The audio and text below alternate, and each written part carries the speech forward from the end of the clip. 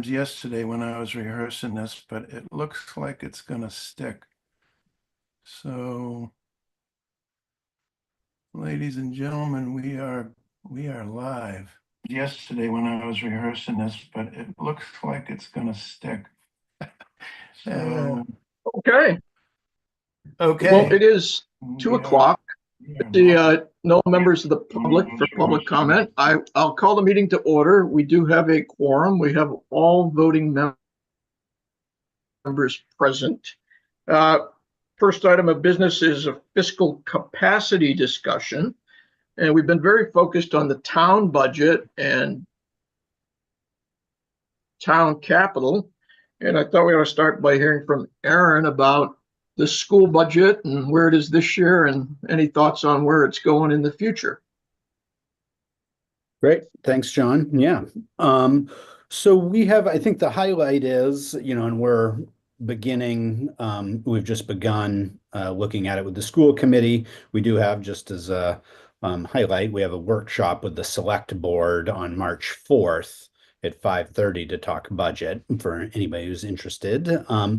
But I think, as I've come familiar with the budget, we do have a couple of structural things that'll happen over the next couple of years that I think will lead to some decrease on the expenditure side. So the major thing is we're coming to the end of the MSAD 51 debt service payments that were a part of the secession. So this coming year, fiscal year 26 will be our last payment to them. So we'll have stepped down so this past year, that payment was almost $108,000, which represents just shy of 10% of our overall operating budget. So that'll be a significant reduction here over the next couple of years. It's not fully relieved in the coming year. It'll drop significantly to 27 or $28,000 and then off completely the following year. So that's a big kind of step down on the expenditure side. The other big theme, just from kind of structural budget standpoint, is kind of the reduction in the numbers of kids that, which is why we've done this kind of enrollment and sustainability work, is just kind of a smaller island school enrollment in general. And that's now trickling up into the middle school and high school in terms of our Yarmouth tuition agreements. So even as recently as 2021, we had 28 students enrolled in Yarmouth schools, and next year we forecast having only 11 or 12. So that results in a fair amount of tuition and transportation costs for the ferry for those students. So those are some expenditures that we expect to see come down over the next couple of years. So, those will be offset by, as you said in our emails, John, the just kind of annual kind of inflation and kind of, wage and insurance increases and those kinds of things. But those are, relatively major. I mean, our tuition costs last year were over, almost $230,000, and we'll certainly still carry a fair portion of that, but nothing like it was even just a few years ago. So those are the two big structural pieces that we're forecasting to kind of change, even going into next year and further a little bit in the coming years. So the burden on kind of local taxpayers from that regard will be alleviated some. So. Anybody have any questions for Aaron? Aaron, yeah. Are we getting, I'm trying to remember what the arrangement was for the over town kids coming over. Yep. Oh, for the mainland kids coming here. Yeah. Yep. So this year, just so everybody's familiar, this year, first year, to try and kind of increase our numbers here, have a nice kind of cohort of like academic and social peers for kids. We began accepting tuition students from the mainland. So we have 4 students enrolled this year. They pay a tuition of $5,000 each, plus the kind of annual ferry costs. So they they're covering their transportation and tuition to the island. So this year, because it was the first year, that wasn't I mean, that'll come in on the back end in terms of kind of the actual revenues, but it was not part of the budgeted revenues, for this year because it was our kind of first pilot year. It's gone super well. We've gotten pretty much universal positive feedback, both from island families and the mainland families. So we expect, we just agreed with the school committee to increase that number a little bit going into next year, because we have just kind of latent capacity with our existing staffing and transportation and facilities infrastructure. So we expect next year to have 6 to 8 mainland students. And we're accounting for, kind of like a tuition revenue now in our budgeted revenue as well. So on the front end, in terms of what that'll mean, downstream in terms of local taxpayers. So, next year that means they're 5,000. Currently in the first draft of the budget, we budgeted 30,000 in revenue from tuition for this year. And I don't think, just in terms of forecasting over time, right? I anticipate that's about the number we'll live in. I think our overall enrollment, just because of some of the, both who we are and who we want to be as a school in terms of being a small multi-age setting with the level of kind of like personalization. We're not looking to grow much bigger, and we don't really have the space for it. The busing and transportation infrastructure is built around those numbers. So I'd expect that kind of mainland tuition number to be relatively consistent moving forward. Good, thank you. Yep. So my internet was a little unstable, and it continues to go in and out a little bit. The debt from MSAD 51, it's the full debt, like 110,000 in fiscal year 26, and then it drops off to. No, fiscal year 26 is our last payment. It's a reduced payment of about $28,000. So a reduction of about almost $80,000 there, because it was, yeah. And then another reduction the following year. Okay. And how many kids are in the island school now? You said 12 will be going to Yarmouth next year. Will that grow based on the number of kids that are here, or? So we currently have 16 enrolled at Chebeague Island School, 12 of whom are island residents, 4 of them are mainland residents. So in next year, we're projecting that we'll have, of island residents that are attending Yarmouth Middle and High School, we anticipate 11 students that will be. So that, the total island enrollment would be, roughly, what is that, 25? Not counting the mainland students, but just in terms of resident students that we're fiscally responsible for. Okay, and then I read the documents that you had for the last school board meeting, and there was a discussion about maybe moving the island school to grade 8, and you're not going to do. There's pluses and minuses to that. The feedback was mixed, and you're not going to do that next year. But currently, the island school is through grade 5 or through grade 6. Currently through grade 5. That's what we have in terms of, yes, it's currently through grade 5 and has been in recent past, or that I'm familiar with, though I know historically it certainly served many of those, beyond grade 5 and grade 6. I will say at the last school committee, they did make, so yes, the kind of middle school question we're putting off. There's much more kind of conversation and engagement that needs to happen before any kind of long-term decisions are made about that, as if that's the right plan. That being said, for next year, because of our particular configuration of kids and enrollment patterns and so forth, the school committee did improve in 6th grade enrollment for next year. Okay. That was my question. I saw that, and I wanted to make sure that. Yeah. So we do that was a change. Okay. Yeah, we do anticipate that our current 5th grade families, that are interested in that, but we're not doing anything structurally to change to a middle school construct that can work within our existing organizational structures. Any other questions for Aaron on the budget?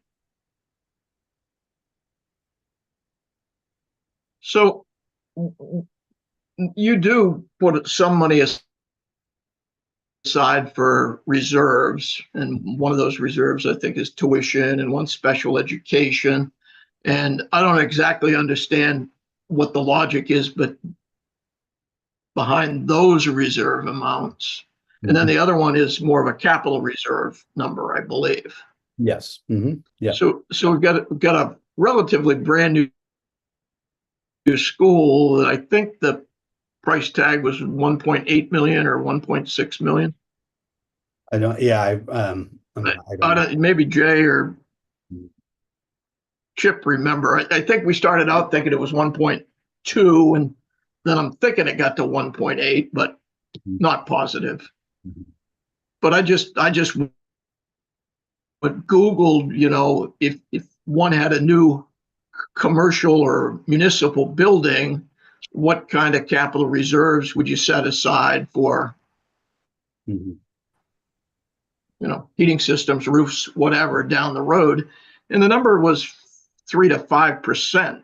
So if the $1.8 million number was right and you used 3% on the low side, that would say 54,000 a year ought to be started to be tucked away for future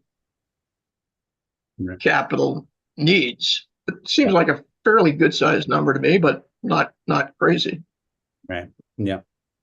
I mean, I know after kind of we get the ultimately after we get the audited, you know, final audit figures come in for the preceding fiscal year, that's typically when they made determinations about contributions to the various kind of capital accounts. So we'll be doing that again here. Our audit's due by the end of March. So expect we'll kind of have that information.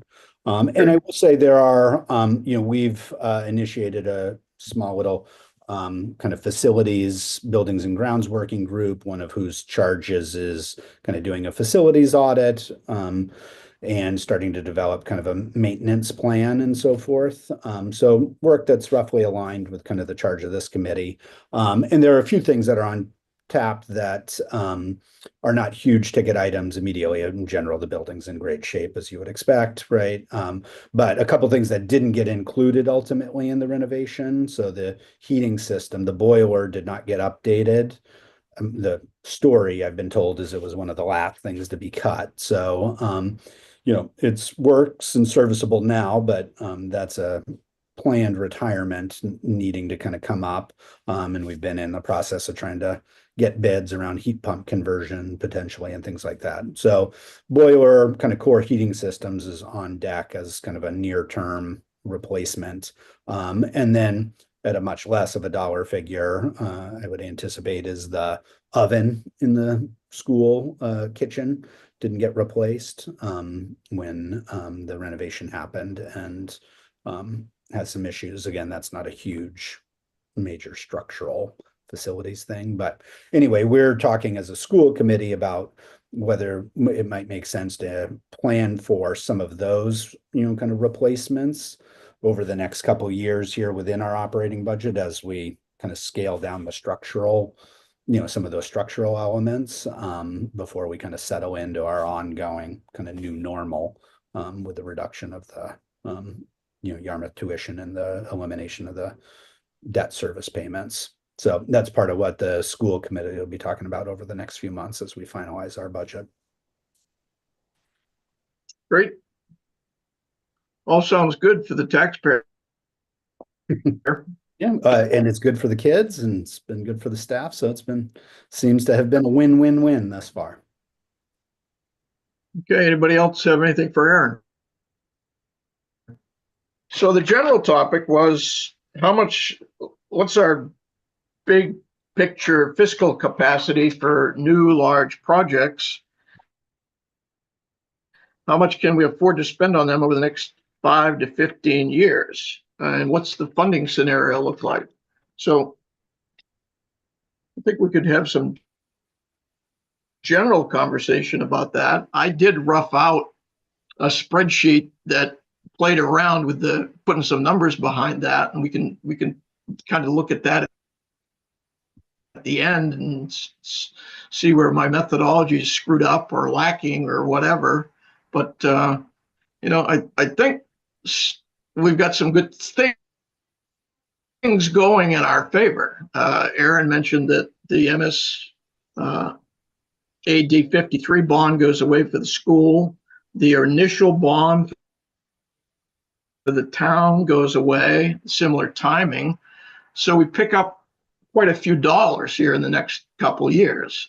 Prior to this year, in the budget, we didn't have any revenue from Axiom.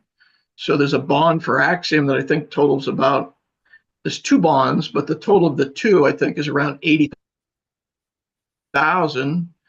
And Axiom that should be repaying the town for that bond. So that's another debt service that we've had for the last year or almost 2 years that goes away.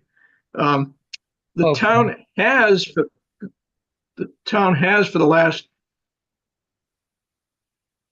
2 years, at least, and many other years, 2 years consecutively, I don't know, but other years in the past, used a portion of the undesignated reserve funds to reduce the required amount that needed to be raised through real estate tax. And then this year, fiscal year 25, 250,000 is used from that amount. The previous year it was 200,000. In the current budget, they have 250,000 in there. I don't know. They don't have, the audit isn't done, so they don't have an audited number on the undesignated fund balance. But I'm not sure 250,000 is going to be available to use. That's math that needs to be done. Last year, when the math was done, I had a lot of questions about it, and the selectmen ultimately decided to use the 250. I think that pushed us towards the lower side of the target for the undesignated fund reserve. So again, we need to see the audit to know what that is. But maybe you saw the note from Herb. When I posted a spreadsheet that looked at what the situation might be, I said those funds have been used to mitigate taxes, and Herb thought that was a politically mild way of saying it. He said, I think it's basically kicking the can down the road because expenses went up 250 that got covered by the undesignated reserve. Well, those 250 in expenses aren't going away. They're staying here indefinitely. And so the first year you can't take out of the undesignated reserve fund, 250,000 would be a 5 or 6% tax increase. So that's sitting there to be resolved. John, that might fit this topic. Does the town receive revenue from barging on Bennett's Cove? No, Is there a fee for that? no. Should there be a fee for that, especially if there's going to be a significant capital investment there? You could say the same for the stone wharf. True.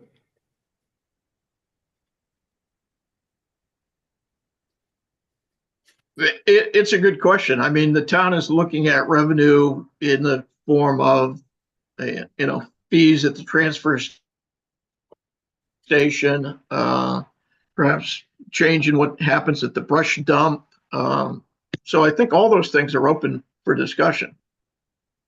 Yeah, well, I was just thinking about Bennett's Cove because there's going to be a specific investment to make that work more effectively, which presumably has value to the users. And Right. I don't know how many people use that. Is there any sense of the volume of activity there? Most Well, of the I think it's pretty significant. Every time I'm down there, they're crashing into the ground, but that's just. So it just seemed to me, All I right. mean, there's a place to get some fee revenue toward that investment. Okay. We can put that on our list. Chip, what other comments do you guys have about the big picture in general? Um, well, I'm just putting those notes down. I'm adding them to Basecamp. Those, about revenue, a section on revenue, topics of Bennett's and so forth, which, all of these are discussions. That's why if any of you have looked at Basecamp. Let me hold you there. Let me hold you there a minute. Aaron hasn't been with us for the last couple of weeks. Oh, So we started using a app Basecamp. I don't know whether you're familiar with that or not. And I don't know whether Chip invited you to participate. I think I've seen an invite, but so I apologize if I missed it. I am a no. little familiar with Basecamp as a kind of project management tool and software. Okay. I will, no, I didn't. And I'll send you an invite, Aaron. And once somebody gets invited after, I mean, we've got, 40 lines in this thing of items, but I'll link you into the ones that are related to school, which means you get notified anytime an activity happens. You also then can go in and, you can look anywhere. Anyone can look anywhere. But, and if you decided that you were on a string, you say, I don't need to see these day-to-day comments, you can unsubscribe and then you can go back. So I'll send you an invite to that. Yeah. So I was just I was adding those couple of discussion points on Basecamp. I guess I guess I've been well, I know I've been more focused on like the spreadsheet and the individual assets and stuff, John. So as far as I was looking to get that done as far as some of those numbers, and I did pick up on I did see where you made some adjustments in it for the fire department. But anyway, so I don't have any. I look at it. I look at the big picture as all dependent on the inner workings of the small picture and that type of thing. And to me, what the capacity is at some point when a decision has to be made, decide whether to bond it or pay for it with money that you have. But so I don't have any specific questions on the big picture Okay. right now. Jay, we can look at the my first cut at what our capacity might be. But before we do that, Jay, you have anything on your mind related to the big picture? just I think relative to broadband, we should keep that in the way we look at it as bonded indebtedness on the part of the community because our name's on the contract to pay the debt service. And then if and when we get payments from Axiom, we show them as revenue. So we actually sort of think of it as a business, which is what it is for us. But if something were to happen, we still owe the money regardless. So I think we have to keep that as part of the listed debt of the community, of the town. I guess that's my only immediate thought for the moment. Okay. Chip, are you able to bring up that spreadsheet I did? Which one was that, John? That was the It said the title of it. big picture look at fiscal capacity or How about first cut at bond debt capacity? Is that what the name of it was? There were a couple. That sounds right. And I think you might have converted it to I a did. PDF so you could blow it up. You Yeah, I converted to did. something that I could print up and look at. Well, it's okay. Let me share the screen then. Yes, and I just do that, and anyone can do that.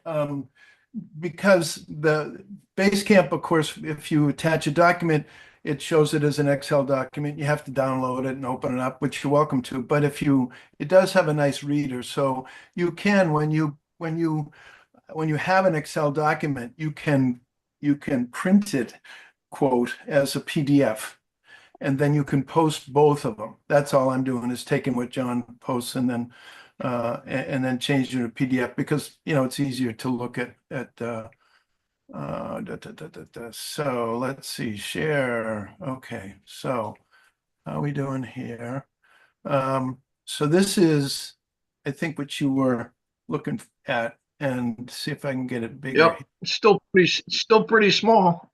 Well, it is, and that's the problem with screen viewing. Yeah, You can, it'll only go so big, but I mean, probably the pertinent part of this is the left-hand side. So if you want to go through that. yeah. So up at the top, it's got the expense totals, and that's everything for 2025 and 2026. And 2026 is doesn't even have the school budget in there yet. That 4,486,000. What it has in there is last year's school budget, and you can. So then the revenue totals, with the revenue that they had put into the budget so far, we were short of meeting the expenses. We're at 4,262,000 versus the 4,004,000. You can see that the school budget was simply a placeholder of last year's budget. So I subtracted the school budget from the total to get the municipal expense. Okay, and then so one thing that this I wasn't thinking there was going to be a big reduction in the school budget. Okay, so that's something that needs to be fixed in here. The fifth line there is the additions to the reserve accounts. So in this fiscal year, 552,000 is being put into the reserve accounts, and that includes the school reserve accounts. And right now in the budget, there's 765,000 going into the reserve accounts. Then I took the bond expense, which does not include the MA,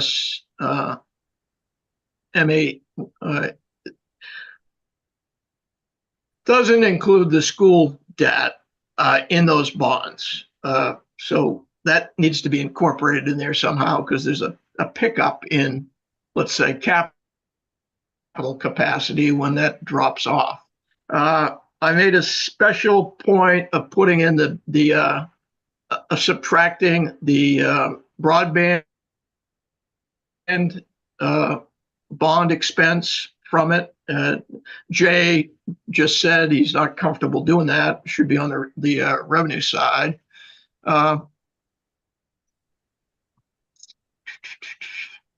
So then down below, I took the projected expenses total. So if you start with the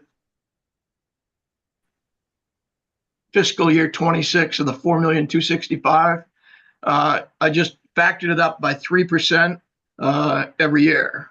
And that math looks about right. 3% inflation, it would double in 24 years.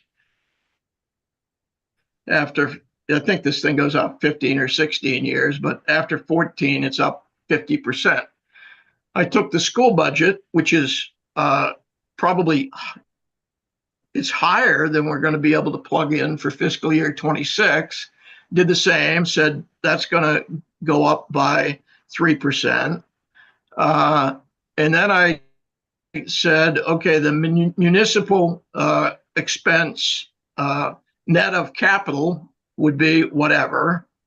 And I factored that up by 3%. So I've got basically the school operating budget, the municipal operating budget factored up from a base year of fiscal year 25 or 26 by 3% and running out 15 years. So if you subtract those two from the total expense budget, you get the dollars available for capital. If you subtract the bond expense, you've got dollars that are either available for reserve funding or debt. And so I just made a wild ask. So my belief is that we're not going to be able to continue. If we're going to do the projects that we need to bond, we're not going to be able to continue to put away $500,000 or $600,000 or $700,000 a year into reserves. And maybe we don't need to, because we've been putting a lot of money into the Stone Pier Reserve. So I just picked an arbitrary number, and I said, let's say we're going to cut our annual reserve amount to $200,000. And then again, I inflated that on an annual basis by 3%. So then you end up with a number that says it's available for bonds. And I used Jay's number of it costs us $70,000 for each $1 million we bond. And was that a 25-year bond, Jay, or 40-year bond, or what was that? That was a 25-year bond at 5%. Okay. So dollars available for bonds, assuming you have 200,000 set aside for annual reserves. I use that money. So in 2027, in 2025, we had 379,000. Well, that would give you enough to do a $5 million bond, but I don't think we're going to be ready to spend $5 million on any big project in 2026. So in 2027, we've got 418,000 available for bonds. So I just said, okay, we issue a $5 million bond in 2027. Annual cost of 350. So that 350 is going to go out for 25 years. But if you back up, we didn't use the 379 that was available for bonding in 2026. So we would have actually had 579,000 available for reserve building. Okay. So then 2026, can you move that arrow a little bit, Chip? 2028,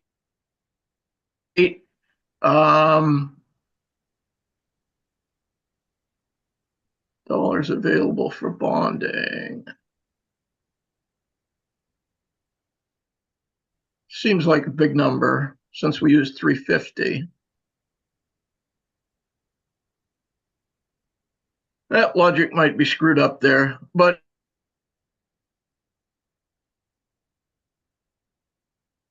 how many dollars are available for bonding?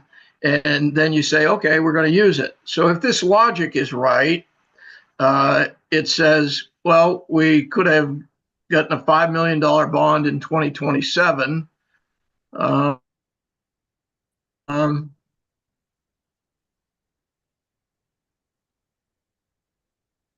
Something's just striking me as wrong there, and then we could have done it again in 2029. So if you're doing the Stone Pier, maybe we've got $10 million available to do the Stone Pier in that 2027, 2029 timeframe. Well, then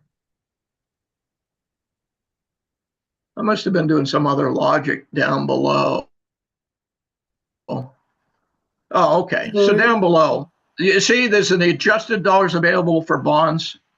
Okay, when you use the 350 in 2028, you have to subtract that from the 664. So there's only 314,000 new dollars available in 2028. In 2029, I still think that logic screwed up, but we'll fix that. But I was just trying to get to the point where you could make an assumption on the size of the dollars available for annual reserves. And based on that assumption, you could see how many dollars become available for bonding, big picture. So if this is right, it says that there's approximately $16 million that could be bonded between 2025 and 2040 in those kind of time periods. And we would have had an average of $26,000 available for annual reserves, because in any year you don't use the bonding money, it's available for reserves. So I guess that's also part of the way I see this picture, is that as a community with these big projects ahead of us, we need to take in as much tax revenue as is reasonable every year. So one of the key questions is, what's a reasonable tax increase? This picture, if it's done right, it's inflating the total expenses by 3% a year. So that would say that the tax increase is 3% a year. Well, if we make that inflation factor 5%, I didn't even get that far because I wanted to walk through this with you guys. If we make it 5%, which would be the tax increase, but say our municipal and school expenses are only going to go up 3%, well, then there's going to be a lot more dollars available for capital expenditure. So, John, I certainly need to spend more time looking at this or understanding it, but the back to the, say, the blue line total that can go towards reserves of bond, it starts with 200,000. Yep. Now this year the reserve additions up above or for next year are 765. Right. So there's an assumption that all of a sudden that can go to 200,000 or in the No, I'm not saying 200 is the right number. Okay. I'm just saying, It would, so we could make that. This was kind of a logic test, and Yeah.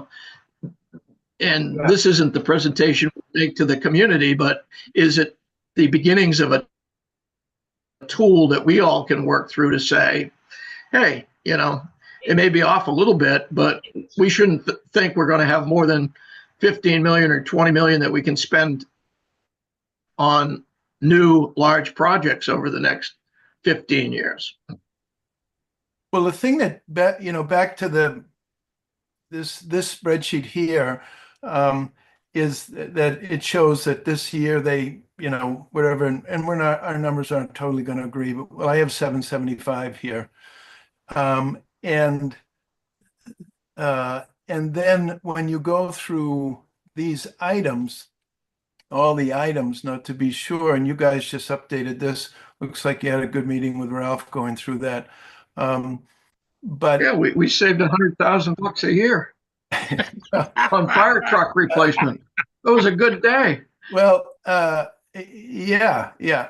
So I just go back to what's under the hood kind of these numbers that need or don't need, but we need to see if they need to be put in the reserve account.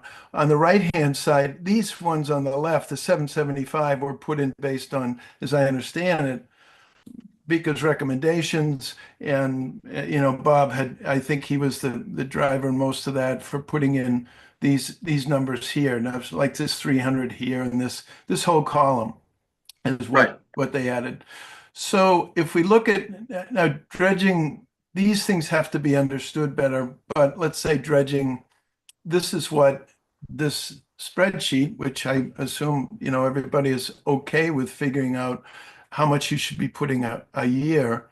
Now dredging, these are one of those, they're kind of falling into, and I put in base camp two different things. One is depreciable asset, which you have to replace, and others are ones that you have to repair. So the 20, let me get this just a little bit bigger, but the 20, so the 25,750 for dredging, I mean, that has to be looked at.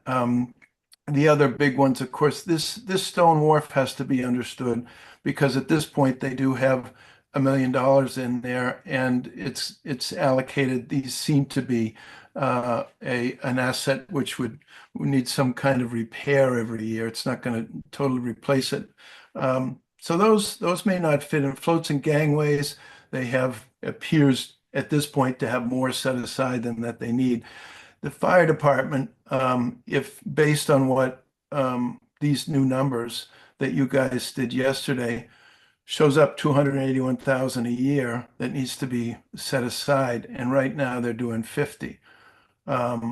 The safety Yeah, building. so on that, but on that, if you said your policy is any capital investment over, pick a number, 300,000, 400,000, we're going to bond it. So most of that's driven by fire trucks, so that goes away, right? Well, it doesn't go away because it's bonded. I mean, it still has to be paid for. So if it's 500,000, as Jay, based on Jay, I'm saying the annual reserve for fire trucks go away. That's right, for that project. But there's also a couple that were in there that have to be added. $90,000 for tanks and stuff they have to go in. Right. So this at some point, yes, you could, if you back out that tank there, that's 121,000 of what shows here. So that number would go down. The building facilities, again, depending on what you have to do to take care of them, in this. So these here are not assets that have to be replaced and have to be, the paving has to come up. It's certainly not $341,000 a year, but there's some number in there to keep it up. Public Works vehicles looks at 100, and even though they put 50 into it, it looks at 109,000 additional that they should be putting in. Recycling compactor, they seem to have enough in there for that. The harbor master, maybe he'll even get a boat. I don't know, but anyway, that's not. Yeah. So I agree that we need to do a lot of work on this piece of the equation. Yeah, and that's that 200 was just an extremely low number, right? Yeah. Or let's say it's potentially an extremely low number, and so Carol White in particular said, I think it's important for the select board and the community to know, what we can realistically even think about doing. She doesn't want to crank up a project, for example, the Stone Wharf. If those guys come back with, well, the cheapest you can do it is $12 million and we can't afford it, then, she wants to know that sooner rather than later. I just would rather come in high and go out low, and then so 895 in here, but if you say you cut it in half, by a third, that's 300,000. So that's what, if we work on these and get them down a little bit by 2/3, and if numbers get out saying that there may be more capacity, I think the other simple way, that Jay came up with, was saying each $1 million costs $70,000 a year on average, and that's a working number that people can go, okay, how much does the Stone Pier? It's a $10 million project. That's $700,000 a year based on current average. Your taxes are going to go up, whatever that percentage is. And those are numbers that I talked to somebody this week was saying that they were interested in this because normally and sure, they could pay more attention to it. But normally the voter sees it for the town warrant and says, the Board of Selectmen recommends to have X amount put in, these numbers, 50,000 in this budget, this 50 in that. And they said if we knew more about what it was going in for, the more details, and, you'd be more accepting. So I think the story that these things tell remind taxpayers that, here's Public Works and here's 20 assets. And based on, these numbers have to get worked better, but there's more money. So I get a little nervous, I guess, when numbers seem a little bit more optimistic, that's all. And maybe I'm not understanding them, but I because people are more likely to say it's going to cost 15 and it winds up costing 10, then that's all. So I think this area, and that's why it suggested maybe this isn't time for the discussion, but maybe starting to go through this with some of the select board and say, hey, here, what do you think? Is this going to work? Is this going to help you out? And I don't know, what do you guys think? Well, I was going to comment that to me, if we divided what's necessary to maintain the current capital stock, which is most of the things you've been working on, Chip, and say the annual cost of maintaining the current capital stock is X. And the policy has been to pay for it by creating reserve accounts. So if the average cost over, say, 10 years is going to be X, then the average reserve investment has to be X to pay for it. And then do the arithmetic John was doing after you've allotted for that. So you're saying what's free to do new capital projects. Right. That to me would be a logic. I'm also very concerned about, John, about going beyond, say, 2035. I think it gets really speculative out there in the big picture, and it might be reasonable to hold ourselves to some time frame, 2035, maybe somewhere out there. Yep. No, I agree. So I mean, I think the general structure you've got here makes sense. The other thing I heard Chip say that I think is important is I put 200,000 in there. It would have been, and we wouldn't want the message to get out that, oh, we've got the capacity over the next 15 years for $20 million worth of capital, because Right. or debt bonding, because my confidence that that's the right number is 0. Right. So it would have been better for a theoretical discussion to have put that number at 70% of our current annual spend, or whatever the hell it is. So, Well, but don't we have at least an average scenario from all of that detail about fire equipment and roads and stuff that says this is the amount of the size the reserve account needs to be on average every year to pay for maintaining all this stuff or replacing where it needs replacement? I don't know that we do, because nobody's worked on the road plan for 2 or 3 years. And Right. But it seems to Herb me said logically, he would work on that with Mark Dyer. logically, we probably need that to be able to say how much excess bonding capacity we might have. Because you don't want to get in a Absolutely. position where you say, let's do the pier, and then we aren't maintaining the roads, or the Right. piece of equipment collapses or something, you know? Yeah. Right. No, Well, and then the other example of what hasn't had its proper attention, let's say, is just fire truck replacement. right. I think at one time people said, if we replace a fire truck every 10 years and we put $50,000 away every year, we'll be fine. Well, right now there's $200,000 in the reserve account, and the fire department would like to have the tank truck replaced 2 years ago. Right. And that's a $500,000 truck. So Right. that was a lack of planning, let's say, or everybody collectively wasn't on the same wavelength as to what we needed to be doing from conservative capital planning standpoint. And I think there was a sense of that, and that's why they just, they said, can we get a finance committee again to do that? Because they were, and Vika, of course, with the information she has, which is very sparse, they're doing the best that they can. So it's not that anybody was negligent. It's just that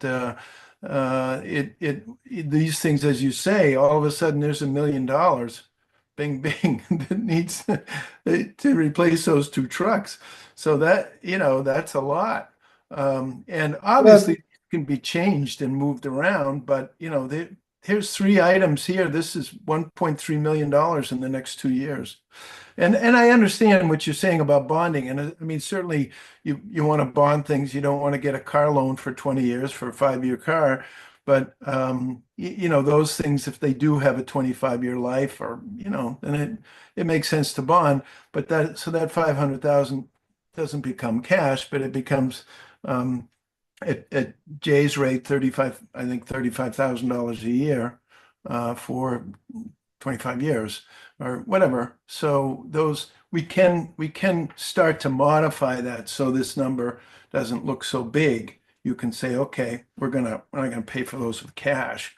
But there's a flip side of that too, Chip, which is we loaded a lot of money into the reserve account for the Stone Pier that may very likely will end up being a bonded event. right. In which case you could transfer that money to catch up on fire trucks or something. I mean, there's that possibility too. Yes, and that came up somewhere, and somebody said you couldn't. Was it you, Jay, who said you can't transfer? The town You has to can't. approve it. The only way with the reserve accounts, if the money is not to be used for the specific purpose that it was set aside, at town meeting, you have to get a vote of approval to take the money out of that specific account and put it into whatever you want to put it into. But that becomes a whole new, that'll become a separate topic at the town meeting. So But- you're saying it would be easier to say, if we need $1 million for fire trucks and we need $5 million for the pier, and we got $1 million in the pier account, we're borrowing $4 million for the pier and $1 million for the fire truck. Well, yeah, whatever. I mean, Yeah, I mean, but the way you're you saying- can legally work it is you can't just, the reserve funds that are set aside are fairly clear and specific as to what you can use it for. If you want to use it for anything else at town meeting or a special town meeting, but at a town meeting, you have to go ahead and say, okay, we don't need this much money in this account because we're going to do something else for it. And we need to move it, if we can, with your approval, to another account to buy fire trucks or whatever. But it's strictly anything to deal with money comes at a town meeting. If so this 300,000, for instance, that they have now slated for, it isn't in the account yet. It has to be voted in. Does that basically, if I mean the Stone Wharf has to be bonded, so is there some thought about that 300,000 goes somewhere else because they already have in 628 for to do the 30% discussion, or does the Stone Pier need repairs? Do these things need repairs, so they need the money for that, or is that in floats and gangways? That's stuff I don't understand about what's coming up for the Stone Pier, but it's possible that they're overfunding the reserve account for the Stone Wharf, and they just need to pay for plans. But I don't know what they cost for the Stone Pier. That's the other thing is, on the other side of this, all these assets had some cost for maintenance for last year, and those don't appear anywhere. So the Stone Wharf, or do they? I don't know. So anyway, that's a thought. But I think that $300,000 is a perfect question. Why are we putting $300,000 into the reserve account? And in that it's a project that we're going to bond, but it could be that knowing what grants are out there, that there's some need to match, or I don't know. If it's simply we're trying to reduce what we eventually need to borrow, well, that might be okay, except I think we're falling short on a lot of other fronts. So write-up I did on the status of the Stone Pier project, there were some open questions, and one of those open questions was, what do we have for grants? We got a $75,000 grant that people think will pay for the 30% design of the project, which we're about to or have entered into a contract with GEI engineering firm to do that design. But then there's two pieces of earmark money that's sitting out there. Now, we don't have a federal budget, and who knows whether we will have one, but two of our congressmen or senators earmarked about either 800 to $1.2 million in two separate projects for the Stone Pier. Now, is that money that we don't have to match? Is that money that needs to be spent in a certain time frame? Are we actually going to get them both? I don't know. But I guess part of that is I think we ought to have a list of all existing grants and what the terms and conditions are around those grants, and or expected grants. And let me say one other thing, John. An important part of understanding our capital situation. Herb got me looking at the Maine Transportation Department with his comments. The 75,000 came from something called the Infrastructure Adaptation Fund. It's in a grant cycle where they gave out tens of millions of dollars. I don't know if that gets replenished. Seems to me GEI is probably someone who's on top of that funding source. And I don't know what an expectation would be, but clearly Maine is focusing on this topic. The Stone Pier fits right within that general dimension. But the note I saw said it came from a $60 million appropriation or a bond, I'm not sure which, in 2021. So getting hooked into just the main funding cycle for things like the Stone Pier would seem to me to be a reasonable thing to do. And maybe the selectmen expect GEI to do that. I don't know. I think part of the instructions to GEI were that they were supposed to be looking at possible grant money to do the project and what those sources might be. Right. But that it looks like there's a thrust to do that at the state level already. Mm-hmm. And the question is there some way to get hooked up with the people that are pushing for refunding of that fund and try to get an earmark out of that somehow? Yeah. Well, they're obviously the big ones, and given the time and going back to the scope of what we're supposed to be doing, and the time, over basically, what is it, 12 weeks or so, it's yeah, there's an awful lot, and these big ones like the Stone Pier, of course, are budget busters because of the enormity of them. But they're all good points. It's just a matter of which to, like I said originally, bobbing for apples. Which one do you bite? Right, but it may be that some of our commentary is not quantitative; it's process. Yeah. It says go, be sure and get on top of all of this. I agree, Jim. I think, and there may be some expectation. I got an inkling from a comment that was made that I heard about, well, we hope you guys will come up with a solution for all this. And it's like, I don't think so. It's, this is a long process.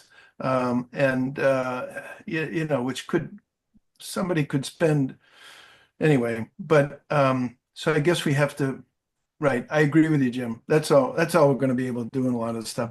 And I'm happy to keep focused on the asset, the report. And I made it and working with it, and it's hard for other people to use other people's spreadsheets. So if you guys are comfortable, I'm happy to go through with where I have questions and then pose questions and see if everyone can grab a question and get an answer. One of those, like you talked about, Jim, the Stone Wharf is, there's a lot of big questions and they all have a lot of zeros after them.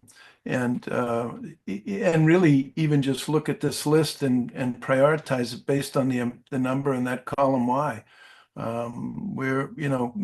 So let's get a paving number, that kind of stuff. I can, Right.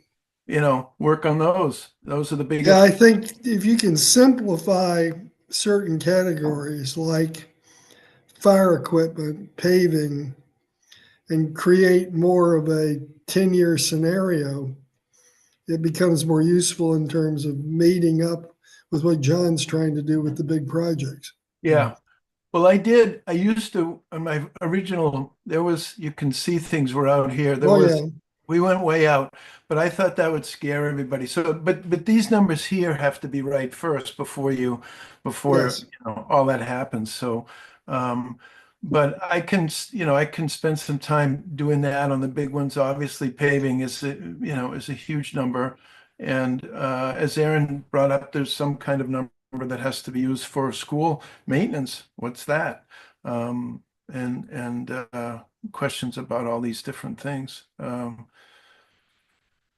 So I'm happy to keep doing that. And are you guys okay with Basecamp? Jay, you logged in and were you able to look around? I've logged in and I've looked at things, and I sometimes think I have trouble getting into. But Okay. to be totally honest, I need to spend more time. Sure. Sure. Before I become even semi-competent. Well, you have to mess around with a while even to develop questions. So, it's like if you sit here and go through an hour-long tutorial about it, it doesn't do any good until you've just really messed around with it yourself and you have your own questions rather than me telling you what I think is important. But I do appreciate it, as you can see from the scope of, there's just a lot of things. And it's not even gotten much into the big picture stuff, which John has been good to kind of pioneer that and put it out there about what's in the horizon, because that obviously is the biggest amount. But Well, I got my class on Basecamp from Gretchen, as you suggested, Chip. yeah. Got into it, but my computer died all week. Literally 30 seconds before this Zoom call came up, I got into an hour of tech support getting myself back online. Oh, good. So I will spend some time this week in Basecamp from a bigger machine than this one, which was really hard to do Basecamp on. Oh, no question. Yeah, no question. It's a lot. And this is a big project. And I think it's good for them to understand that, we don't want the expectation of the select board that we're going to show up after, 6 weeks and come with a solution with all these things. I am curious, though, in terms of simplifying things. If I recall last week, Herb was going to help get some paving schedule for us that consolidates a lot of this. Do we know where that stands? No. That's what he said he was going to do. He was going to get with Mark Dyer and see if they could come up Right. with. I think that would help a lot, because I don't believe we're doing Yep. $340,000 a year of paving. So No, No. it's just to to go back historically, if memory serves, from when I was on the board, we put 75 to 100,000 a year aside for paving. And if we had a specific project or section of the paving that we wanted to get done that was more, then we'd up that. But that was sort of the range was like up to 150 maybe. And Okay, we were pretty much done with all the major sections. So, and they initially broke it down into, I think it was 3 different groups. That which needed repair, that which needed rebuilding, and I forget what the other one was. It's been a while. But I'm sure Herb can come up with a, pretty quick answer, hopefully. One thing I've been thinking about, just a little off what we've been talking about, but like with the fire trucks, when Ralph started talking about apparently fire trucks went up in price significantly about 2 years ago, as in from like 250 to 350 or 400,000, and now up to 500,000. But the other side of that is when you order it, there's a 2-year lag between when you order it and when you get it, maybe even longer. So it's the kind of thing, as I've been thinking about it, if we put, I'm not sure how much, we don't have much money in that account now. If you put in, you can either do it a couple of ways. One, you could bond, let it go until you needed to pay for the whole thing and bond it, or you could basically prepay it with about 2 to 3 years to do so before you actually needed the money, I see. which would, cut you down, call it 150,000 a year towards the fire truck, and you'd be done in 3 years. Okay. Yeah, Yeah, but you wouldn't be able to do the Stone Pier project because you used your bonding dollars. No, you wouldn't have used any bonding dollars. No, you wouldn't have any left. Oh, yeah. You For have nothing bonding. to pay bonds with, is what you're saying. Right. Right. Yeah. So Well, I think we do need to pin that down, because being able to say keeping what we got costs this much is an important answer. So Yes. yeah, so Herb Main, I don't know whether everybody saw that, but based on our meeting last week, or based on something I posted or got posted on Basecamp, it was when I did the write-up about the large projects, and I titled it Accepted Large Capital Projects. Right. And his feedback was, well, we've got a lot of other accepted large capital projects like roads and fire trucks and other things. And that's right. I had put accepted in quotes, and what that meant to me is this isn't a good description of what the projects are, and we need to fix that or be clearer in our communication. And I think it's critical that this list that Chip's done most of the work on be improved and as good as we can make it. But for example, if you just look at the fire department stuff, I think it would be helpful to break the trucks out. There's fire trucks and there's everything else in the fire department. And then there's also ambulances are separate, because we've got clear plans on those and it's fairly easy to get the numbers. And so that's the beginning of a discussion about, and you guys have been talking about it, what are the categories of items that are on this list? We've got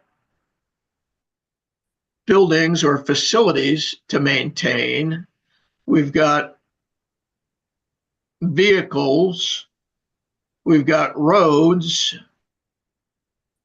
And then there's other stuff, you know, like in the fire department, it's pieces of equipment that's expensive. And in the public works, there might be equipment.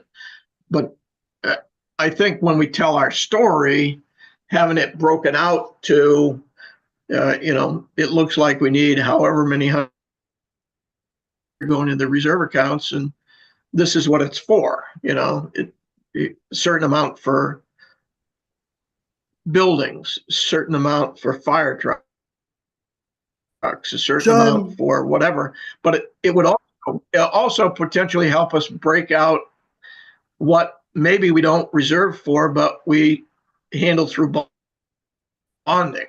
And the fire trucks are the easiest example. You know, if you say we're always going to bond our fire trucks, then the annual reserve number comes down quite a bit. Now, having said that, I want to go back to what I think we know is that whether we spend the money on bonds or we spend the money, put the money in capital reserve, given what's ahead of us as a community, every year we should be taking dollars from the taxpayer and putting them into a reserve somewhere because we know we're not going to need the money, right? Right. With a reasonable tax increase, whatever that is. I was going to suggest, John, a usual way to tackle this is to pick a threshold number, like 80,000 or 100,000 or something, and any single item that hits that or higher, you break out separately, and the rest of the category just becomes other fire equipment or other something else. I don't know what the right threshold is, but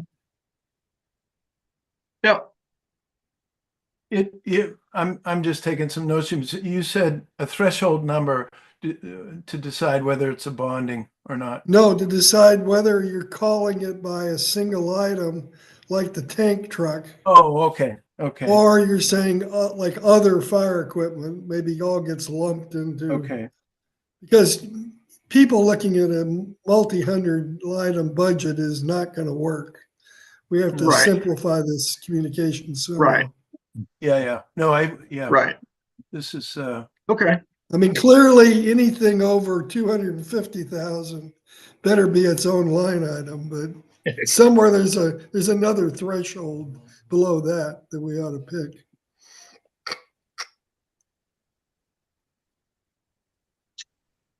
All right. Anything else on? So I think we're all on the same wavelength. We need to make this list as good as we can. And Chip, if you keep posting questions on Basecamp, people can say, I'll get that answer or whatever. I think it makes sense to sit down with the Public Works Department and the transfer station, which is That's Jeff, both ways. Jeff, and go through their two portions of the list. And I will send an email to Vika and says we would like to say we'd like to do that, and is it okay? She might want to participate. I don't know. They work for her. yeah. Yep. We got Herb working on the roads. We've got good fire numbers.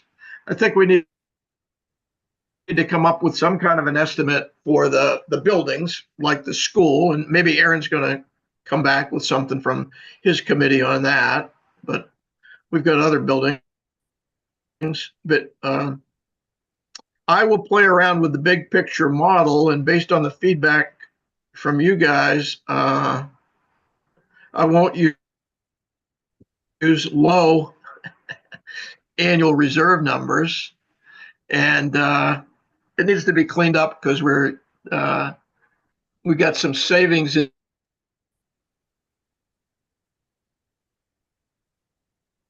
and some of the logic is probably flawed.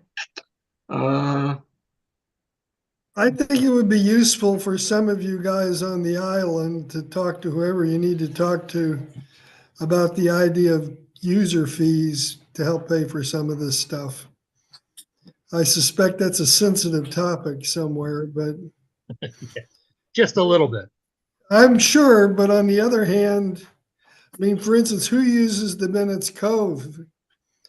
I mean, there's a chunk of it. Principally, it's plant.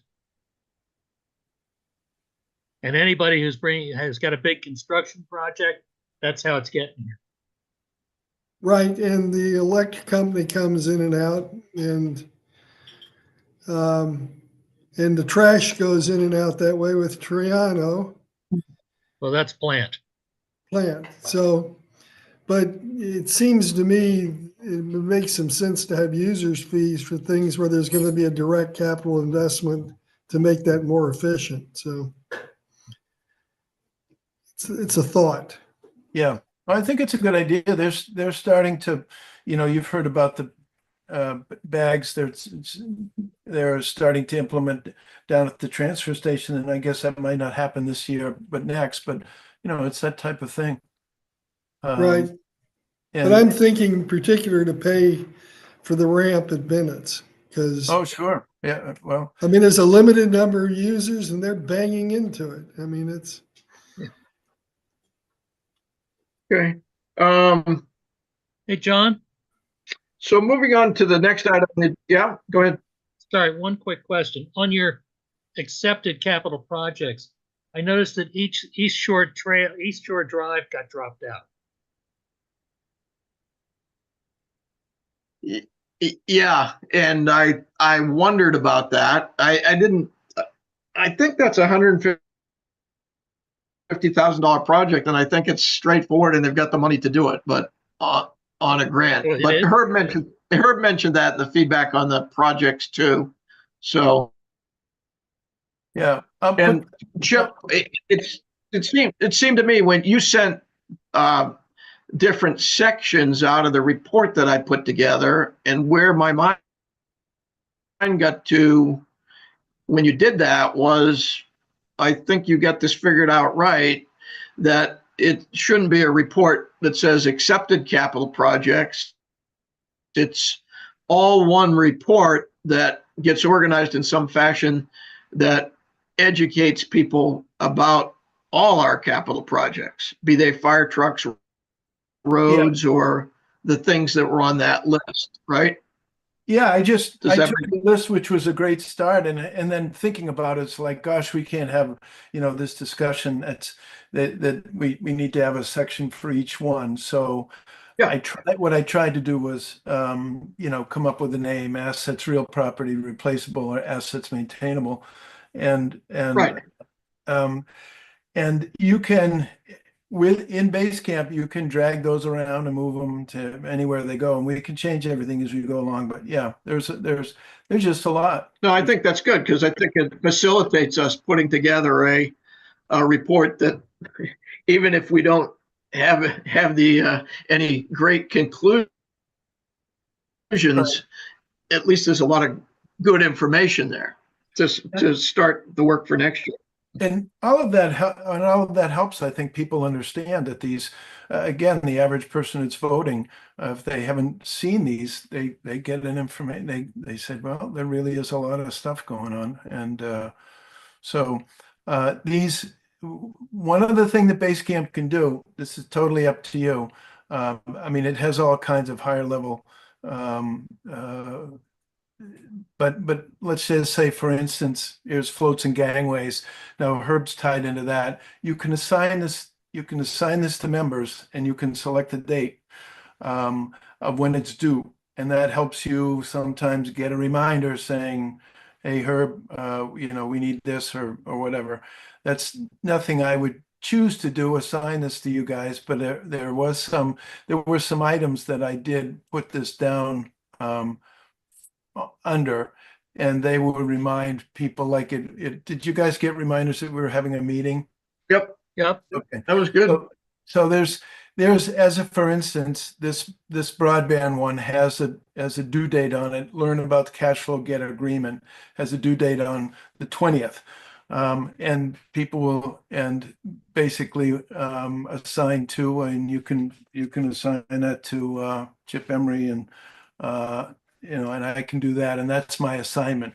And I'll get reminders, and I don't know, I don't want to take it to a too complicated level, but there's so many things going on that, like solar array, Jay did some legwork on that, and then if we But can we just still don't have the contract. Jay's got a printed contract, but we don't get it from Vika.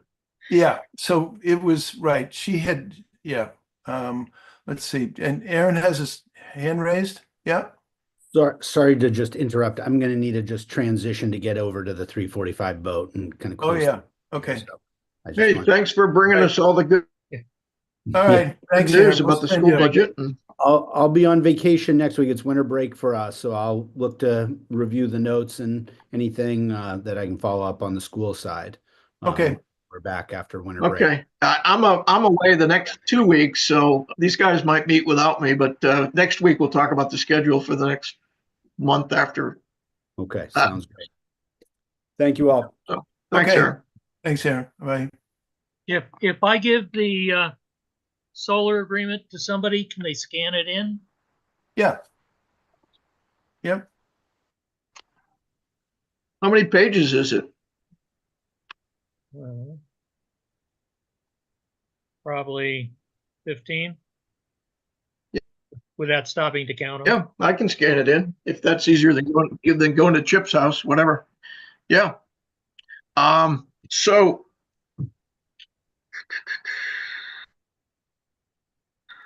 what I've heard so far is you're going to continue to work on the asset list, Chip, which makes a Yep. lot of sense.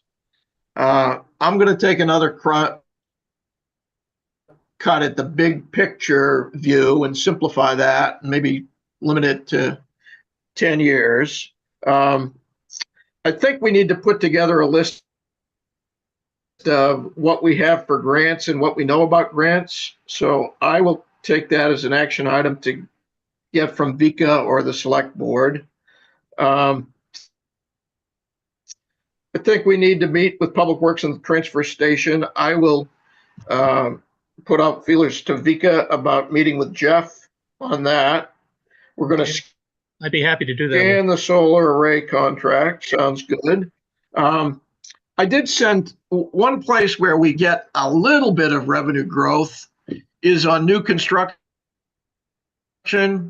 and renovations that result in a reassessment of property value. You guys might have seen on Bridgebase, I sent an email to the assessor. Right.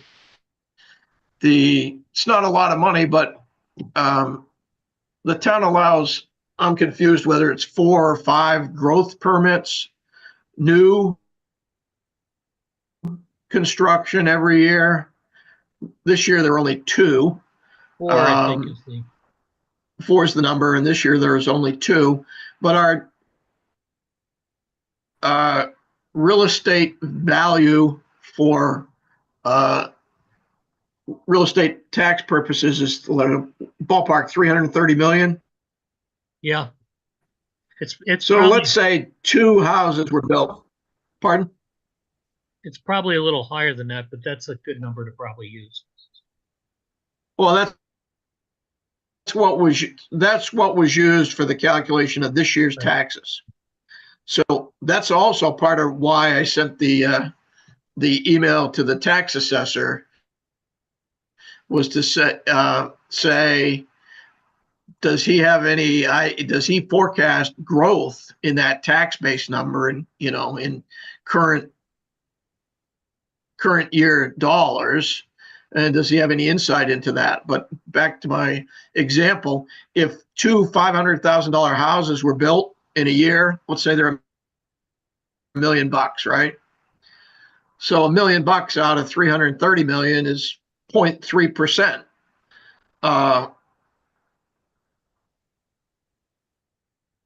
It's not a lot, but it's also not necessarily insignificant over 10 years to factor in that additional revenue, or the potential for additional revenue by maintaining a policy of always having a 4% tax increase or always having a 5% tax increase or whatever it might be.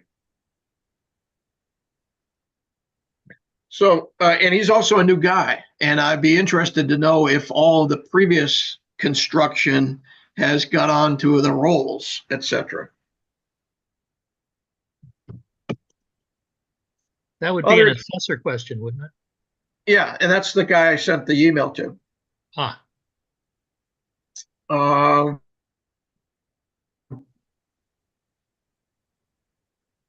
what do you guys have for other discussion items?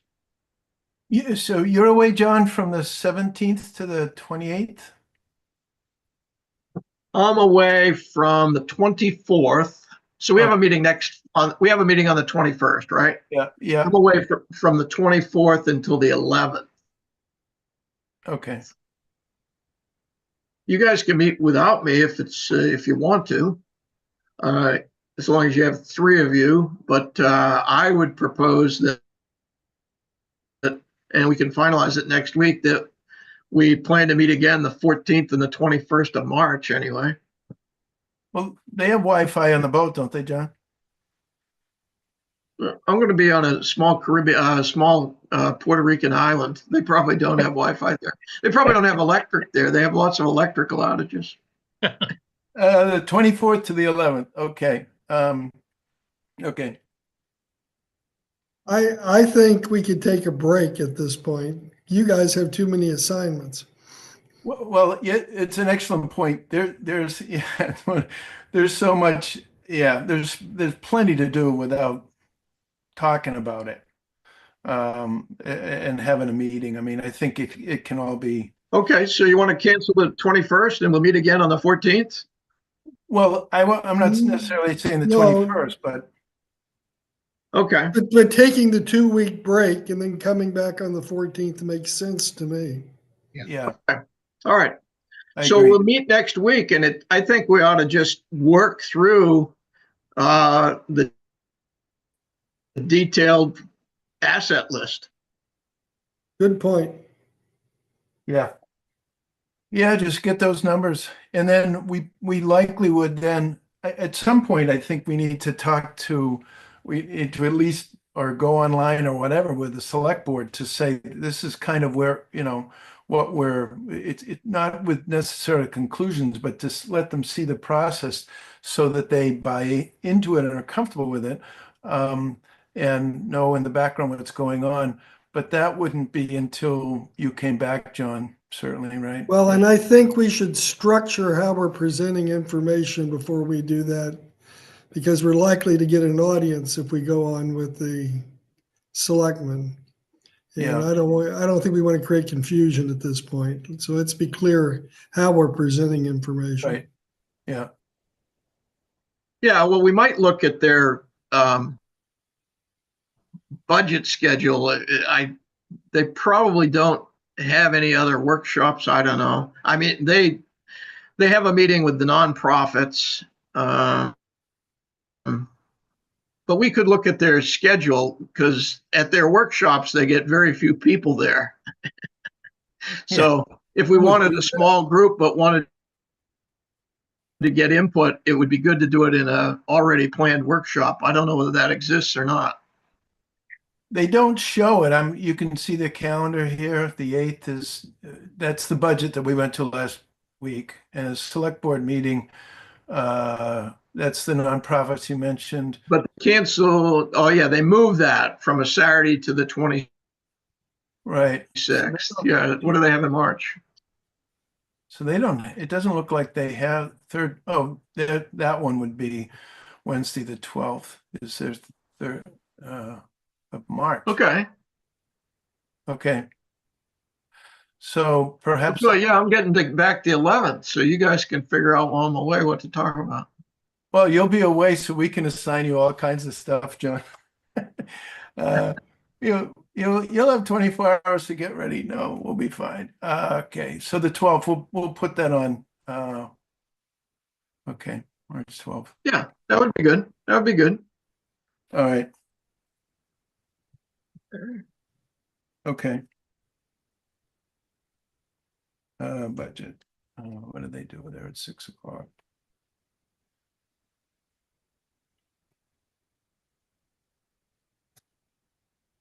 All right. Okay. Approval of last week's minutes. I move that we approve the minutes I'd from like- the 2/7 meeting. Good to me. I'd like one correction of something that I don't know if they're in the minutes, but I was quoted as saying 4.6% construction price increase. It's 4.5% over a 20-year period in the Portland metropolitan area.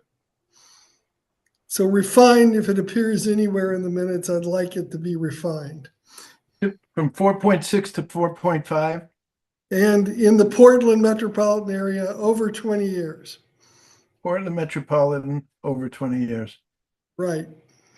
Other than that, I'm fine. Okay. We can, I second. Any further discussion? All in favor of approving the minutes as modified? Aye. Jay raised his hand. Everybody voted to approve the minutes. so this is. All right, thank you all. Okay. Yeah, I can modify those. Find it here, 4.6, you said. Thank you, Chip. Okay, We have a Thank you, motion Chip. to. Make it motion- 4.5. A motion to adjourn? So Yeah. moved. okay, Second. sounds You good. guys, go celebrate Valentine's Day with your Valentines, Yeah, with your that's right. sweethearts. We have the Eagles parade here. Oh, yeah. Yeah, Eagles What kind of weather parade? do you have? Yeah, there's Oh. only 1 million people out here outside our building. Nice. is that right? Cool. Plus, the USS United States is finally leaving port after 35 years today. Oh. Really? Where's it going? Where's it going? Going to be a reef off of Florida. Oh, is it? Oh, geez. Yeah. So It's how's already your been weather there? gutted. It's already been gutted. So, all right, guys, have a good Okay. weekend. See you guys. Cheers.